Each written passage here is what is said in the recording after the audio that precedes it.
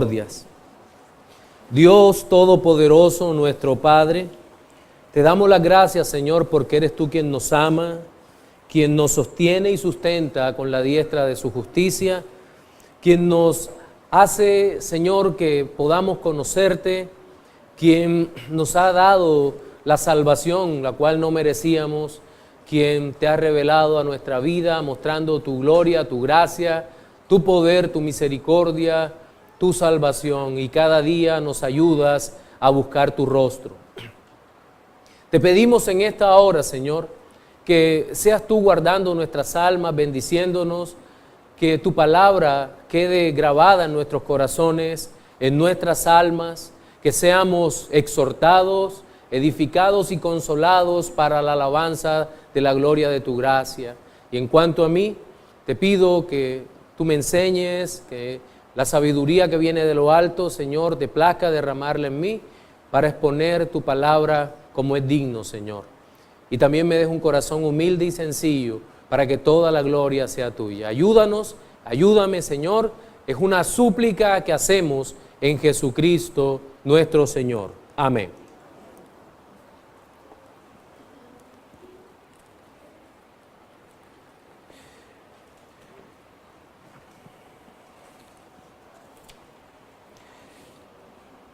Cuando pensamos en el término dignidad o en la dignidad del hombre, es imposible no caer en uno de dos peligrosos extremos.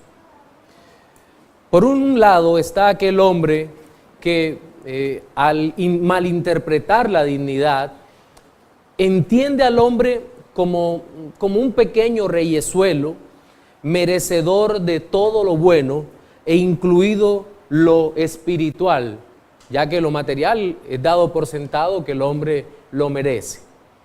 Pero está otro aspecto, y es cuando nos vamos al otro lado, en donde se le considera al hombre un vil gusano que no es merecedor ni siquiera del aire que respira.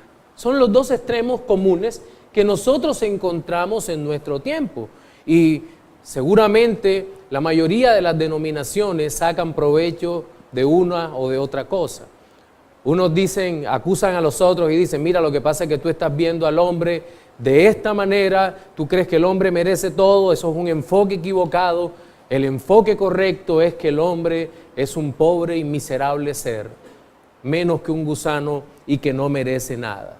Unos incentivan una fe utilitarista y que le reclama a Dios promesas que Dios jamás ha hecho.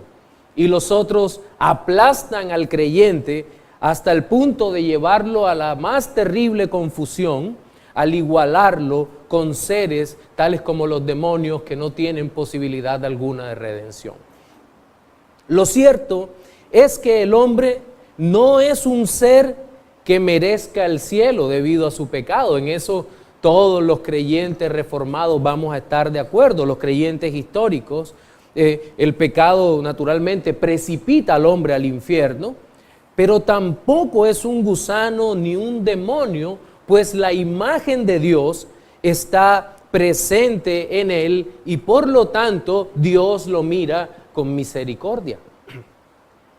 Los reformadores entendieron bien esto, fueron conscientes de esta realidad, y es por eso que procuraron en su predicación, como en toda su visión del mundo, mejorar la vida de todos los hombres, fueran estos creyentes o no creyentes, pero toda esa mejora del mundo fue a través de una compleja pero correcta cosmovisión bíblica reformada. Ahora bien, lo curioso es que el creyente cristiano olvida con mucha frecuencia estas verdades, y es por eso que puede caer en cualquiera de estos dos extremos y le termina robando la tranquilidad porque no encuentra identidad y no sabe en qué consiste la verdadera identidad del hombre. Y es por eso que necesitamos mirar la Biblia para entender qué dice la Biblia sobre la dignidad del hombre. Y es por esa razón que nuestro sermón de hoy lo vamos a titular, o lo hemos titulado, El Evangelio y la dignidad del hombre. y le pido que por favor busquen en sus Biblias, en el Evangelio según San Lucas, capítulo 7, desde el versículo 1 hasta el 10. Vamos a leer esa porción de la Escritura.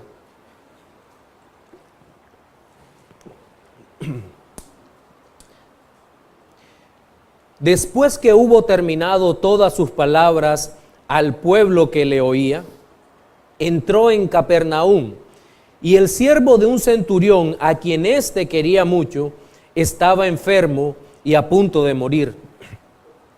Cuando el centurión oyó hablar de Jesús, le envió unos ancianos de los judíos, rogándole que viniese y sanase a su siervo.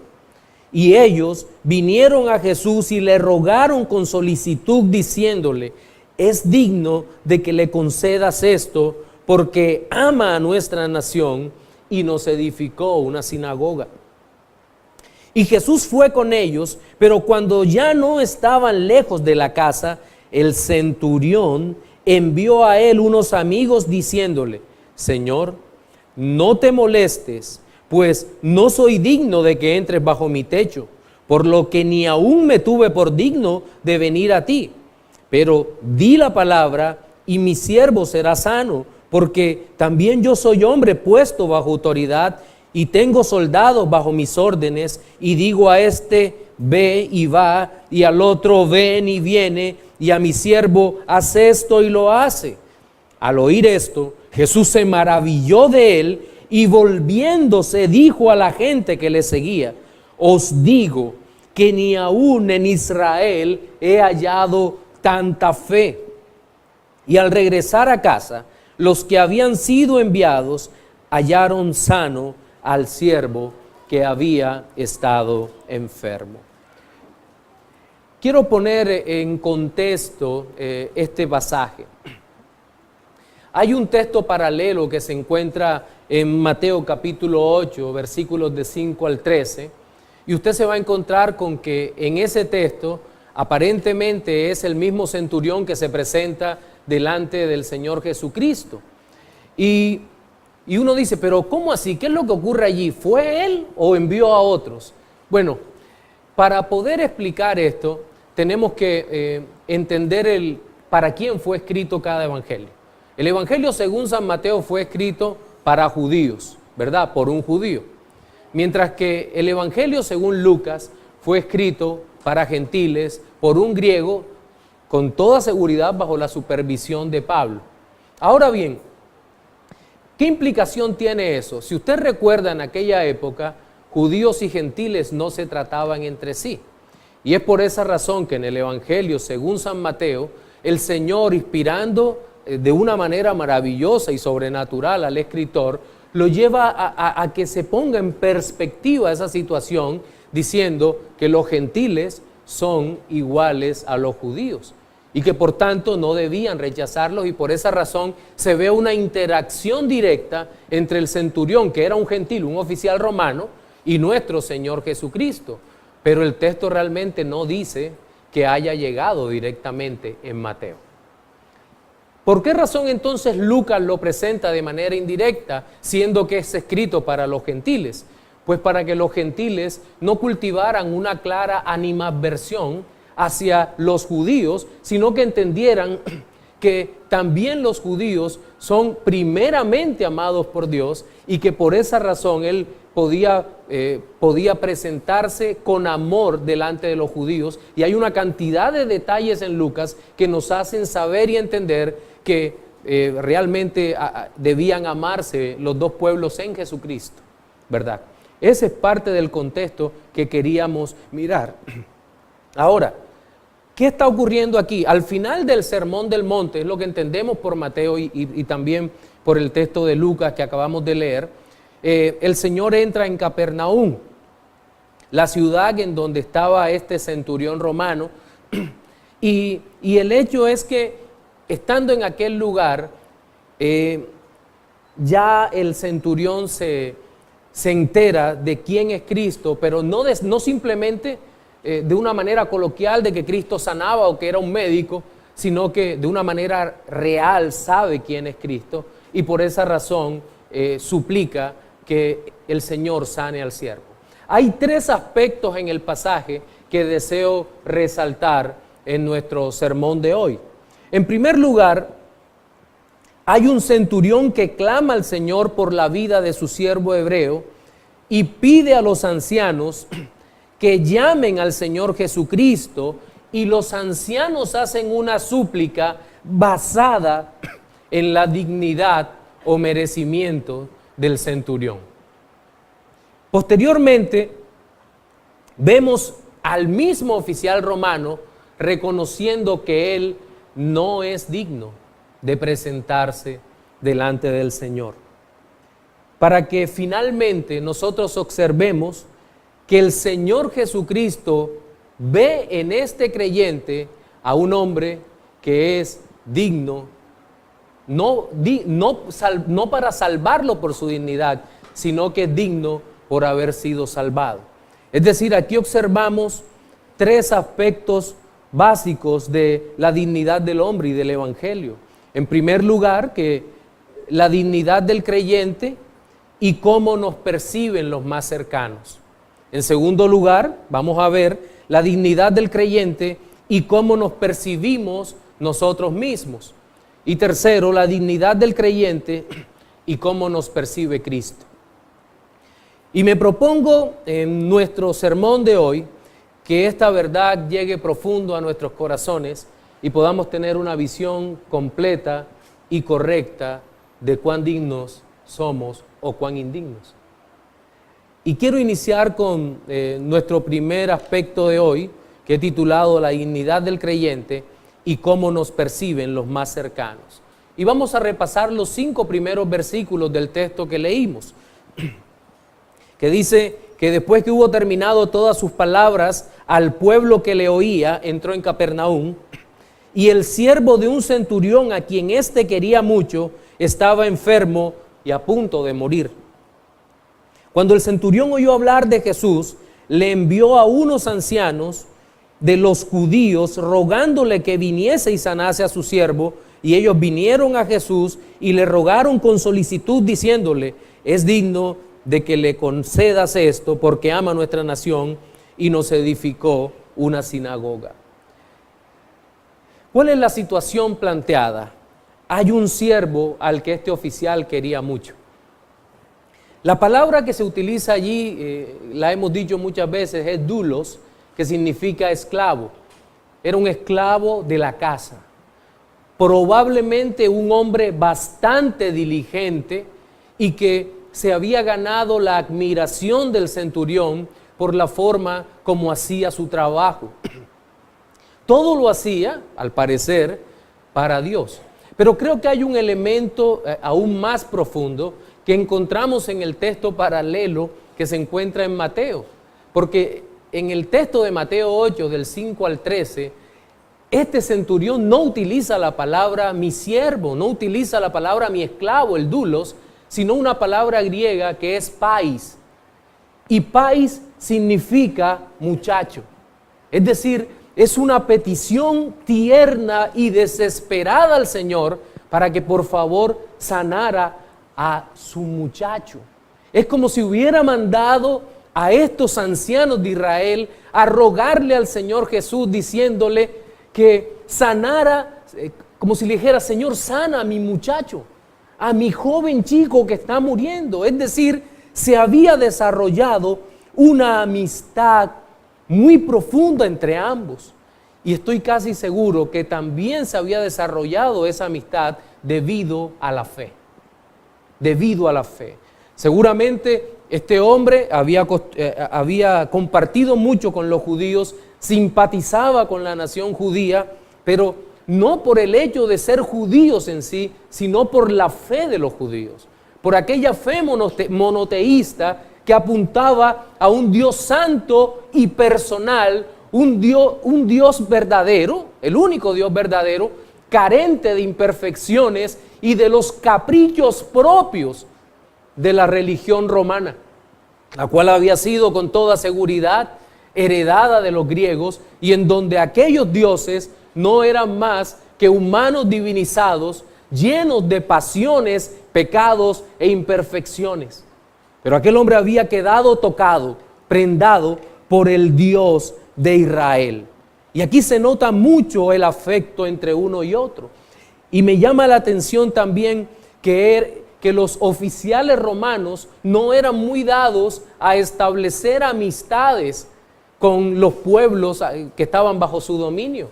Y eran hombres recios y de guerra. Y de hecho, para ostentar esta posición de oficial, este hombre tenía que ser un guerrero con un carácter bastante fuerte. Pero también sabemos que este hombre estaba a punto de morir, probablemente por una enfermedad que estaba paralizando poco a poco sus músculos hasta quitarle la respiración y robándole el aire. Poco a poco su cuerpo iba quedando inerte, iba muriendo. En Mateo capítulo 8, versículo 6 dice: y diciendo, Señor, mi criado está postrado, mi muchacho está postrado en casa, paralítico, gravemente atormentado. Es decir, era una enfermedad que le estaba ganando la lucha al joven. Poco a poco este hombre moría ante sus ojos y no había nada que pudiera hacer. Pero nos dice la Escritura que este hombre oyó hablar de Jesús, el versículo 3. Cuando el centurión oyó hablar de Jesús, le envió unos ancianos. Y estoy seguro de que este hombre no simplemente entendió que Jesús podía sanar a su muchacho. No solamente entendió que Jesús era un milagrero o que era un maestro de moral o de doctrina, sino que lo que oyó de Jesús era nada más y nada menos que el Evangelio. Había entendido que Cristo es el autor de la vida, y por lo que entendemos en los dos textos paralelos, podemos creer que este hombre era un creyente. Escuchó sin que Cristo estuviera presente, pero este hombre era un creyente. Simplemente cito dos textos para seguir el relato. En 7:9, Lucas 7:9 dice: al oír esto, Jesús se maravilló de él y volviéndose dijo a la gente que le seguía: os digo que ni aún en Israel he hallado tanta fe. Y antes, en Mateo capítulo 8, versículo 11, el Señor Jesucristo, cerrando este pasaje paralelo, dice: y os digo que vendrán muchos del oriente y del occidente y se sentarán con Abraham, Isaac y Jacob en el reino de los cielos, haciendo énfasis en que este hombre realmente había creído. ¿Qué hizo aquel hombre que había creído? Pues en primer lugar envió a los ancianos. Probablemente eran aquellos mismos ancianos que pertenecían a la sinagoga que él ayudó a construir. Y me llama la atención que él envía a los ancianos para que rogaren al Señor que viniese y sanase a su siervo. Judíos hablando a judíos, porque judíos y gentiles no se hablaban entre sí. Era impropio e inadecuado que un rabino judío, entrara a la casa de un gentil porque quedaba ceremonialmente impuro. Y entonces envía para que intercedan por él de una manera clara. Ahora, muchos estarán pensando, y lo sé, que tal vez este hombre era un prosélito. Pues bien, aquí hay una discusión bastante interesante, porque el hecho es que había dos clases de prosélitos, ¿verdad? Estaban los famosos prosélitos de la puerta y los prosélitos de justicia. El prosélito de justicia era aquel que se había circuncidado, había hecho una profesión pública de fe y que tenía, en teoría, todos los derechos de un judío racial o judío de nacimiento. Pero este hombre con toda seguridad no podía ser un prosélito de justicia, porque ni siquiera pudo acercarse al Señor y él mismo se consideró que no era capaz de presentarse delante del Señor. Es muy probable que este hombre haya sido un prosélito de la puerta, es decir, un hombre que compartía plenamente la fe de los judíos, pero que no se había circuncidado, no había hecho una profesión de fe pública y simplemente amaba al Señor, pero no había tomado esa decisión de guardar todos los rituales que los judíos habían dicho. Ahora bien, los ancianos de la sinagoga se acercan al Señor e inician la intercesión sobre la base de la dignidad de aquel hombre. En el versículo 5 dice, y creo que esto es lo que resalta nuestro primer aspecto de hoy, nuestro primer punto, cómo nos ven los demás, a los creyentes, en lo relacionado con la dignidad de los creyentes y cómo nos perciben los demás. Dice, es digno, la palabra es axios, la palabra griega es axios, que dice es digno o merecedor o que corresponde, es adecuado que tú le des lo que está pidiendo. ¿Por qué? Dan dos razones los ancianos. La primera, ama a nuestra nación. Casi nadie amaba a los judíos por su fe. Por su fe monoteísta frente a la fe politeísta y pagana e inmoral de las demás naciones. Casi nadie los amaba, pero aquí están abogando por él diciendo, es digno que le concedas esto porque ama a nuestra nación. Creo que estaba plenamente probado porque había mandado a los ancianos a interceder por su siervo judío y lo había dicho de manera tierna, por favor sana a mi muchacho. Evidentemente amaba a la nación.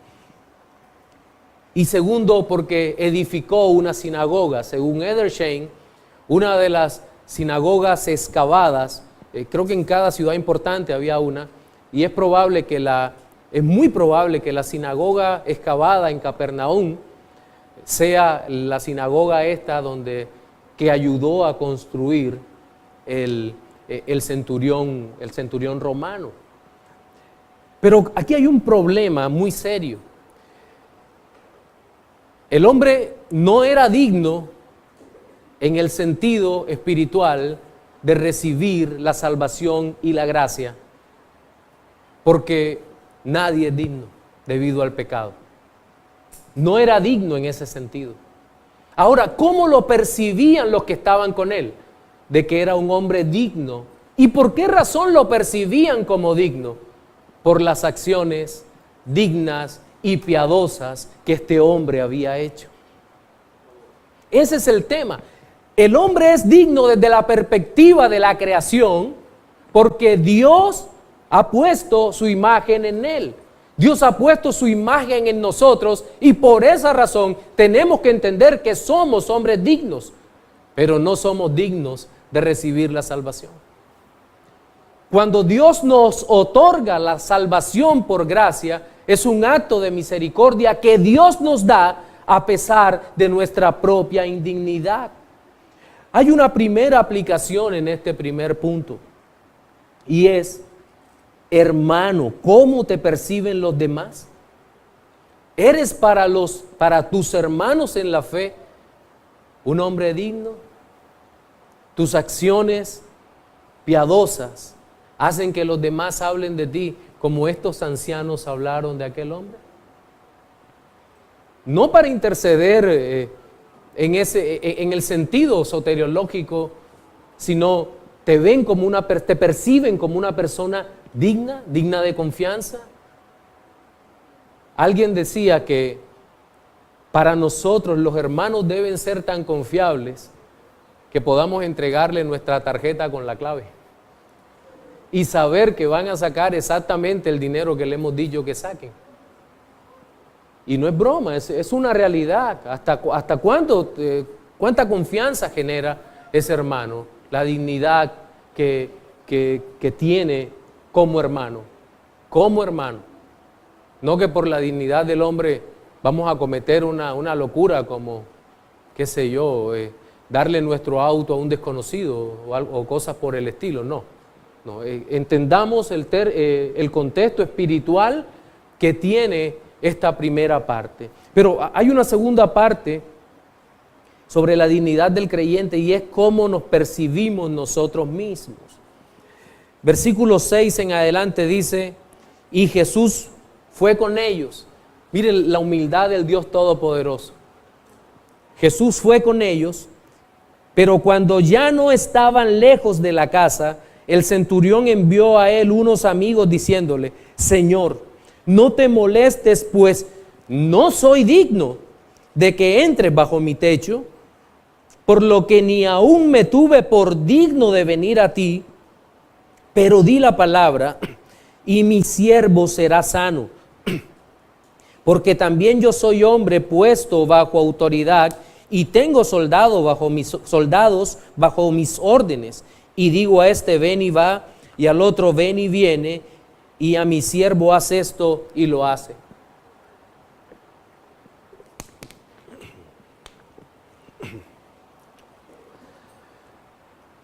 Todo creyente es consciente de que hay una enorme tensión entre la dignidad por cómo fuimos creados y la indignidad por nuestro pecado, y esa tensión estaba presente en el corazón del centurión. No soy digno, fue la declaración.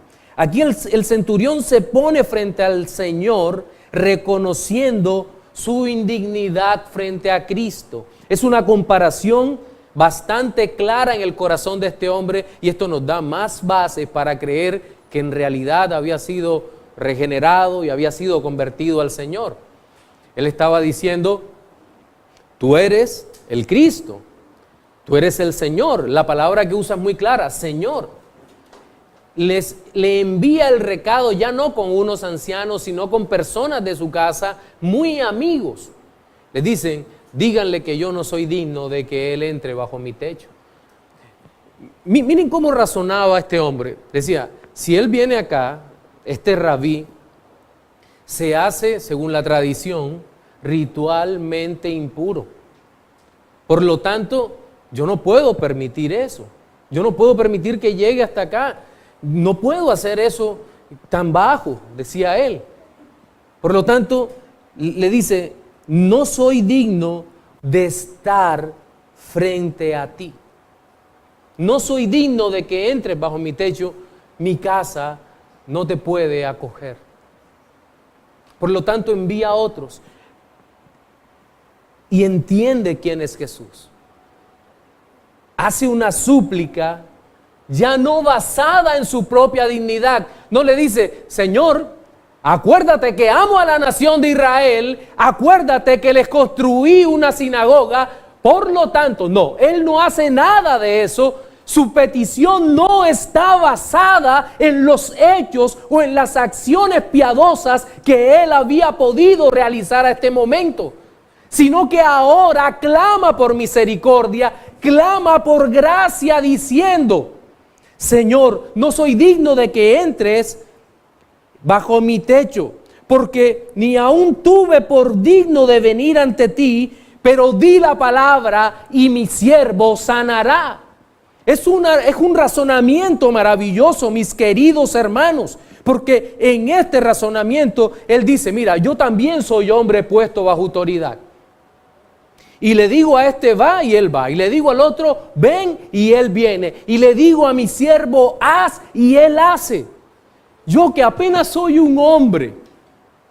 Yo soy un simple ser humano y tengo tal autoridad y pasa eso en el mundo. Ahora tú que eres el Dios Todopoderoso, lo único que tú tienes que hacer, Señor, es decir la palabra y mi siervo será sano. Cuánta humildad, pero cuán poderosa era la fe de este hombre. Él había creído de una manera clara y total en Jesucristo. Él sabía que Cristo tiene toda autoridad. Él sabía que Cristo simplemente con querer hacerlo podía hacerlo. Él no dudaba que pudiera hacerlo. Pero sabía que dependía de que el Señor quisiera hacerlo realmente. Y wow, Él estaba consciente de que la sanidad, no solo física, sino espiritual, del siervo, dependía totalmente del Señor. Una aplicación para este punto, y es, ¿hasta dónde llega nuestra confianza en el Señor? ¿Cuál es la idea de dignidad que tenemos sobre nosotros mismos? Dios nos ha hecho dignos por el Evangelio, porque Cristo, por su Espíritu, ha transformado nuestra alma, nos ha hecho hombres y mujeres dignos para su gloria. Ese sacrificio en la cruz del Calvario, en donde Cristo derramó su sangre para gloria del Padre, ha hecho de su pueblo un pueblo digno que le glorificará a Él, a Cristo, por toda la eternidad. Y el conocer y saber esta verdad de que somos un pueblo digno, ¿a dónde nos debe llevar o a qué nos debe conducir? A la más profunda humildad delante del Señor. Oh Señor, yo que no era digno, que era merecedor del infierno, tú me has hecho digno. ¿Cómo no puedo pagarte? Pero mi corazón, Señor, está agradecido contigo y debe llenarse de humildad. Y debe cambiar el trato entre creyentes. Profundamente transformar el trato entre nosotros. Porque sí soy digno por el Evangelio, pero mi hermano y mi hermana que están sentados son personas igual de dignos que el Señor ha llamado para su gloria. Por lo tanto, no podemos pensar en sentido soteriológico de salvación que una persona, que yo sea más que el otro. No. Tenemos que entender esta realidad. No estoy hablando de hasta dónde nos exalta Dios, porque es evidente que la gracia allí tiene una variación tremenda. Dios exalta más a unos que a otros, porque así le ha placido desde siempre. Pero nosotros en sentido soteriológico somos igual de salvos que los otros hermanos. Pero hay un tercer aspecto y último aspecto con que deseo concluir el sermón de hoy, y es la dignidad del creyente y cómo nos percibe Cristo. Versículos 9 y 10 dice: al oír esto, Jesús se maravilló de él y volviéndose dijo a la gente que le seguía: os digo que ni aún en Israel he hallado tanta fe. Y al regresar a casa, los que habían sido enviados hallaron sano al siervo que había estado enfermo. Jesús se maravilló de él. ¿Se maravilló de que amara a la nación judía? No. ¿Se maravilló de la gran sinagoga que había construido? No se maravilló de eso. El texto es tan hermoso que dice: se maravilló de la fe. Se maravilló de él, de la fe. En la última parte dice: ni aún en Israel he visto tanta fe. Se maravilló. Pero qué curioso, luego la fe no es un don de Dios. Claro, en nosotros no hay nada que pueda impresionar al Señor. No hay nada, ni material ni espiritualmente. No hay una persona suficiente estéticamente bella que pueda impresionar a Dios. No hay una voz suficientemente hermosa y afinada que pueda cautivar el oído del Señor. No hay una acción maravillosamente piadosa que pueda conmover al Señor, a menos que provenga de una fe genuina que Dios previamente ha derramado en el alma por el poder del Espíritu Santo, para que nosotros podamos honrarle, glorificarle y bendecirle a Él. Jesús se maravilló de él, de esta fe de alguien que había creído sin que él estuviera presente. Tuvo fe este hombre por el testimonio de otros. Allí la palabra fe es pistin. Creer es la fe genuina, y por lo que habíamos hablado, tanto en este versículo 9 como en Mateo 8:11, entendemos que este hombre había creído. Pero lo más curioso es que el Señor lo mostró como ejemplo de una fe genuina. Ni aún en Israel, os digo que ni aún en Israel he hallado tanta, esa palabra es maravillosa, tanta fe. Ni aún en Israel he visto tanta fe. Nuevamente el Señor resalta esto, como resaltó la fe de la mujer sirofenicia, como alguna vez había resaltado la misericordia de un samaritano que ayudó a un judío. Estamos entonces viendo que la verdadera fe no está circunscrita al Israel nacional o al pueblo de Israel tradicional, sino que la verdadera fe trascendía las fronteras, iba hacia los gentiles, y que Dios estaba ampliando su misericordia a hombres y mujeres de toda lengua, de toda tribu, de toda raza y de toda la nación, de todas naciones. El Evangelio nos fue dado para gloria de Dios, considerando que Dios es digno de alabar y que Él derrama su don de amor en hombres dignos, creados para su gloria. La tensión entre si somos o no somos dignos es resuelta por el Evangelio. El hombre natural no es digno de salvación, pero si a la vida del hombre natural, de manera soberana y gloriosa, en virtud de la obra de Cristo y aplicada por el Espíritu de Dios, llega la salvación a su alma, entonces aquel hombre será digno para la gloria de Dios. Bien lo expresó Kevan: el hombre no era digno de ser salvo, pero era digno de Dios salvar al hombre. En nuestro sermón dominical de hoy, observamos tres aspectos relacionados con el Evangelio y la dignidad del hombre. El primero de ellos, hablamos sobre la dignidad del creyente y cómo nos perciben los más cercanos. Segundo, vimos la dignidad del creyente y cómo nos percibimos nosotros mismos. Y tercero, la dignidad del creyente y cómo nos percibe Cristo. Pero hay unas reflexiones finales para los no creyentes. Amigo, quiero decirte que eres un ser maravilloso, creado a la imagen de Dios, y que vas camino al infierno.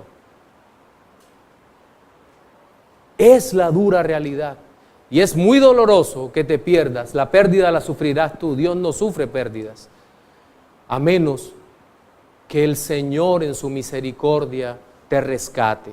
Y es por eso que el glorioso Evangelio de Cristo te llama, te exhorta al arrepentimiento. Corre a los pies de Cristo, arrepiéntete, y solo así podrás saber y entender a qué se refiere la verdadera dignidad del hombre, aquella que nos es dada por gracia cuando somos salvos por Cristo, por su palabra, por su Evangelio.